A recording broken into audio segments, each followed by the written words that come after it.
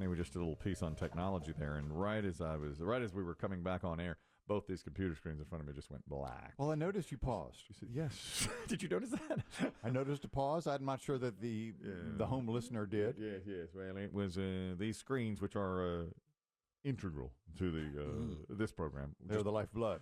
Yeah. Luckily, it was one of those questions like, "You want to restart?" And I was like, "No, I don't think so. Not right now. Can't restart right now. We're right in the middle of this darn thing." We got Val Kilmer here. I mean, we gave you an amuse-bouche earlier.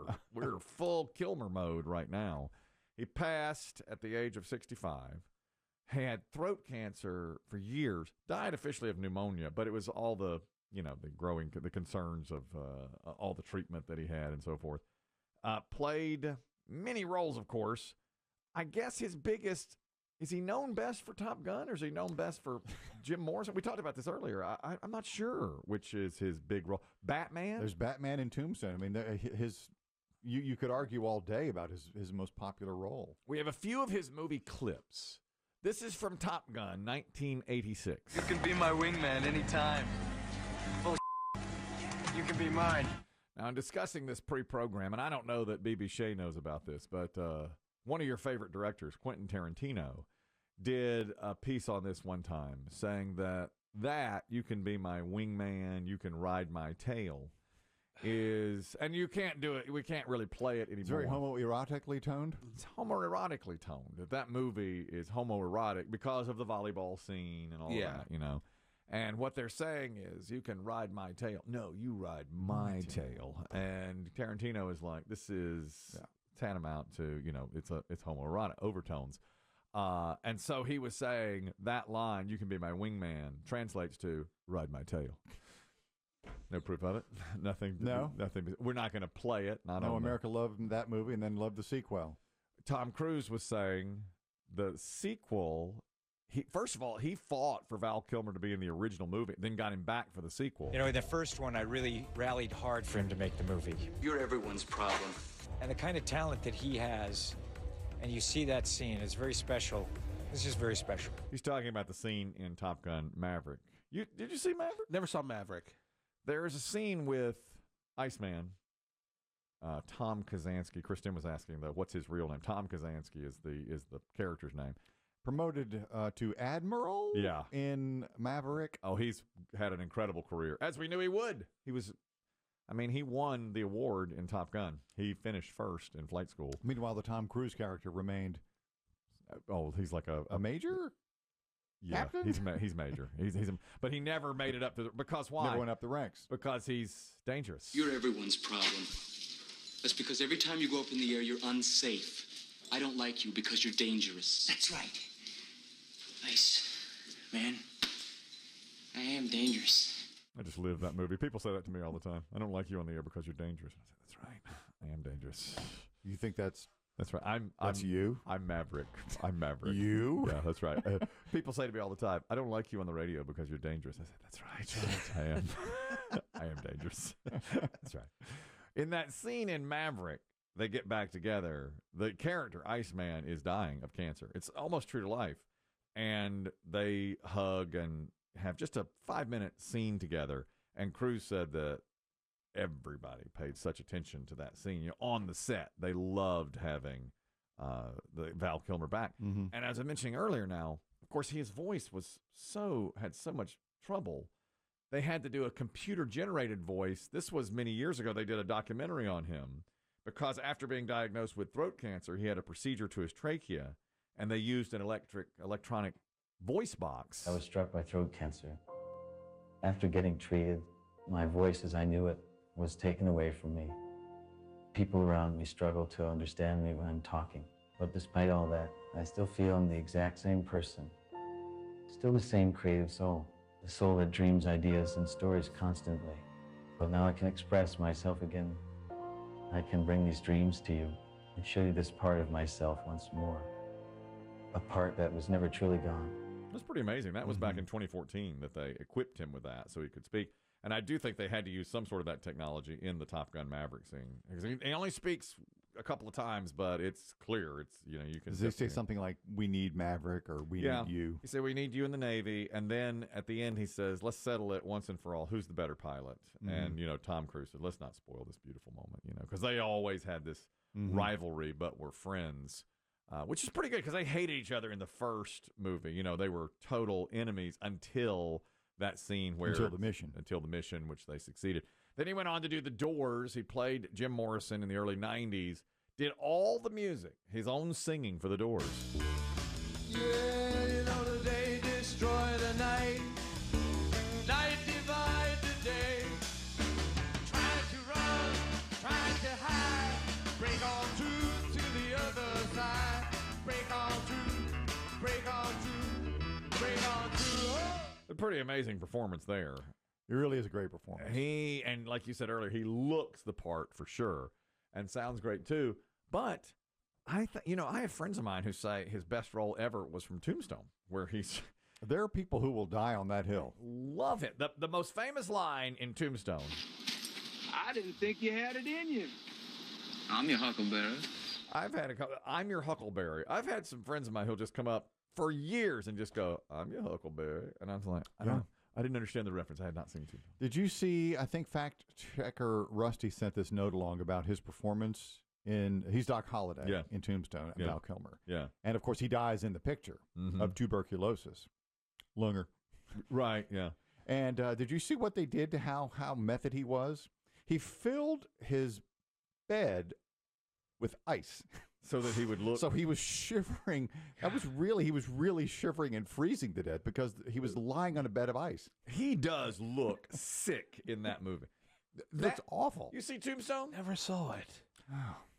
Well, listen, I pretend to have seen Tombstone. I have seen parts of it 20 times, but I've never seen it from beginning to end. And I've seen that scene. Huckleberry. I'm your huckleberry. And every time I hear it, I'm reminded. You just give a knowing nod? Yeah, you are indeed. I don't know. But that line really broke through.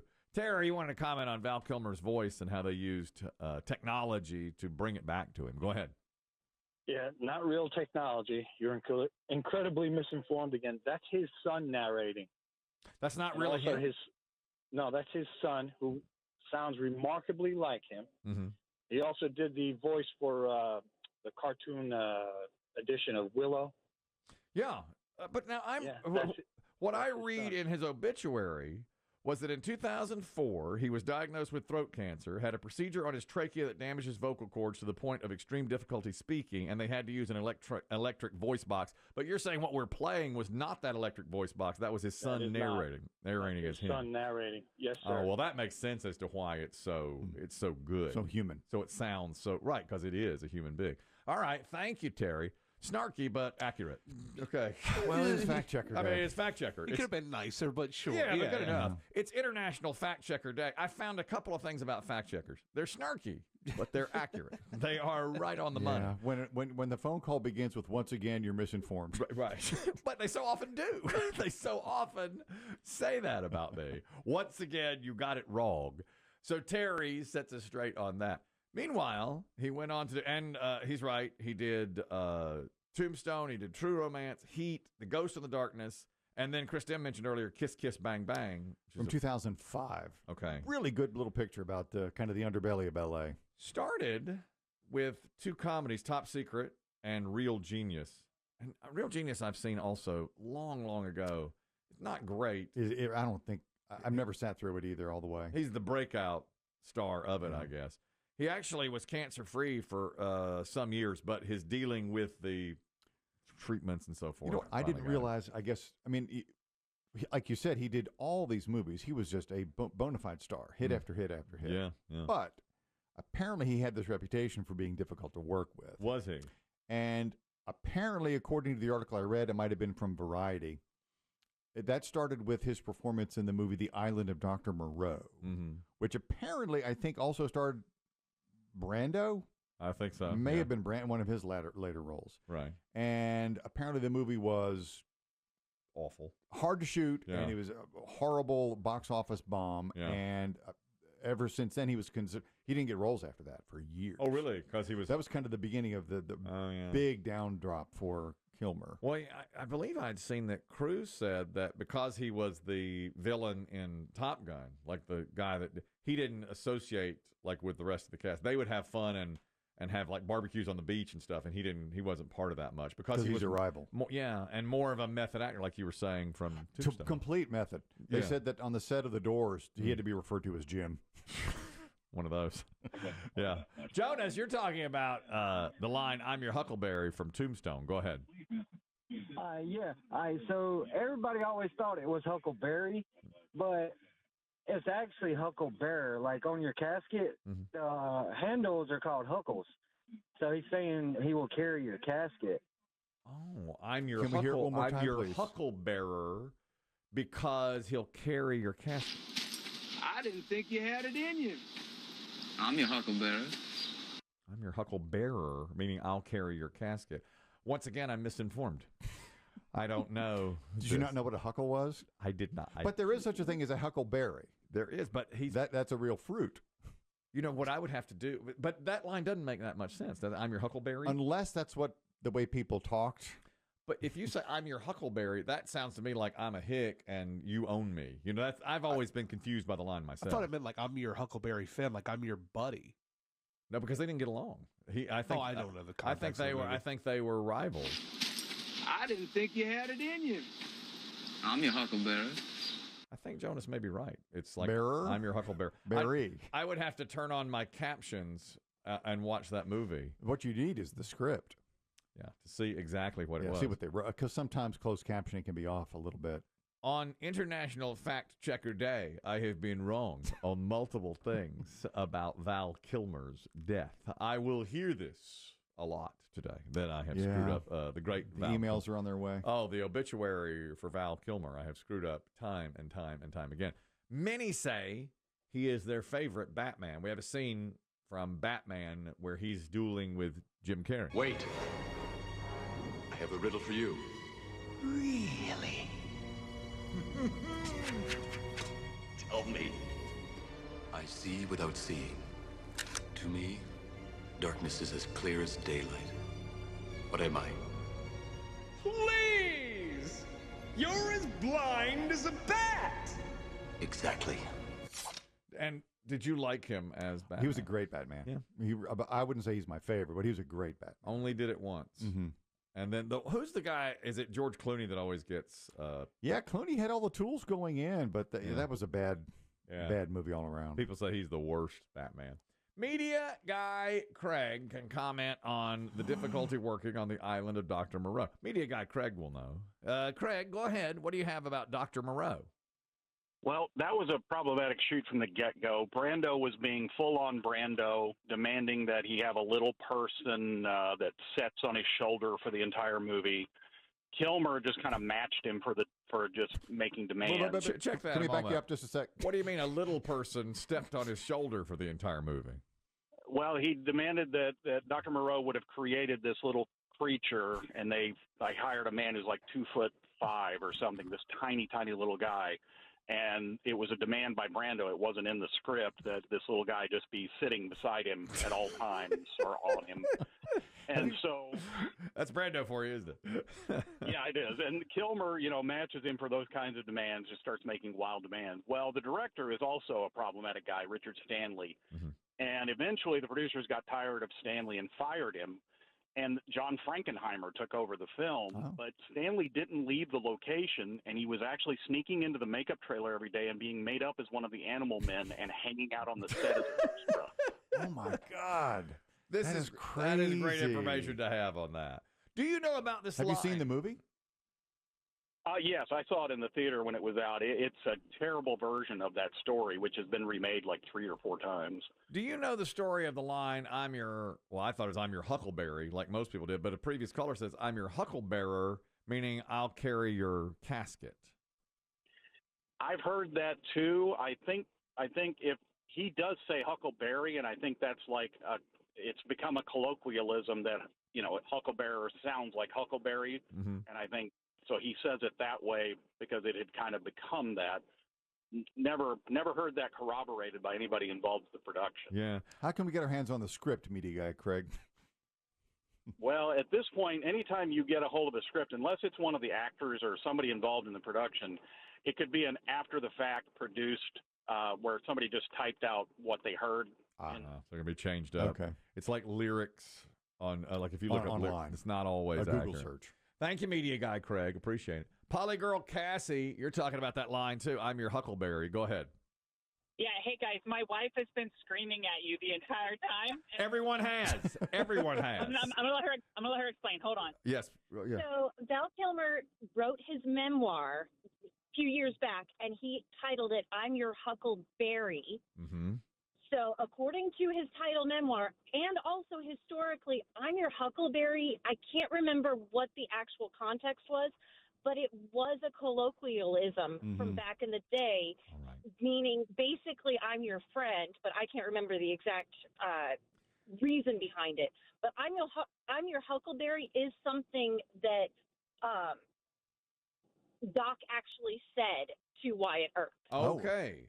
Okay. And the title of his memoir. Now, it's been a long time since I've seen that scene. Is he talking to Wyatt Earp? I thought he was talking to someone he's an enemy with in that scene. No, I believe he was talking to Wyatt Earp. Okay. Well, in that case, he is saying, does make sense. I'm your friend. Then I'm it your does boy. make more. Thank you, Polygirl PGK Cassie and wife. And I want to apologize to the Kilmer family first, and to the original caller who said, once again, you're misinformed, and to really everyone involved with the filming of The Island of Dr. Moreau. Yeah, the production team. The Brando estate, the 2-foot-tall man. The Brando. Whoever the 2-foot-tall actor is. Here's the scene. I didn't think you had it in you. I'm your Huckleberry. That's not Wyatt Earp. That's not Kurt Russell? That's not Kurt Russell. That's not what he sounded like in that movie. Now, I didn't see the scene today. I've just heard about it. I don't believe he's talking to Wyatt Earp. I think he's talking to someone he doesn't like. That he's about to dispatch? Yeah, and like I think he shoots him. I think, and so I think he is saying, I'm your Hucklebearer, meaning I'm going to carry your casket. You're a dead man. According to our earlier caller. And then I think it's been misheard as I'm your Huckleberry so much that that's but what it became the title of the book. I think that's why. I think everybody thinks it's I'm your Huckleberry, so he just went with that. That's a guess, though. I mean, I'm not going to dispute Polygirl Cassie or her wife because I've been wrong on every single occasion today. I've said, and it's International Fact Checker Day. Yeah, of all the days to mangle an obit. Good God, from beginning to end. I haven't seen any of these movies. I mean, other than Top Gun, I'm really completely out. I mean, I don't see you watching The Doors. No. Let me tell you. I saw The Doors because, my good friend who makes movies. He's a movie guy. He loves The Doors. And we were in college, and he goes, we are seeing The Doors the night it comes out. And I was like, and of course I try to pretend, I can't. Morrison. Oh, yeah. Awesome. And we go, and I thought that was the biggest piece of trash I had ever seen. I mean, we watch, it's long. It's very long. I didn't like any of the songs or any of the movie. And then we come out, and I want to get his reaction, of course. And he said, I have been moved. That is the greatest performance I have ever seen. And I had to say, yeah, me too. So great. I slept through. I'm your Huckleberry. I slept through most of the movie. I mean, not enough bong hits? Didn't care for it at all. Right. I mean, I didn't like that movie at all, The Doors. So may he rest. The great Val Kilmer. Unfortunately, passing at the age of 65. I told B.B. Shea, we're overdoing this today. Yeah, you did. And we have.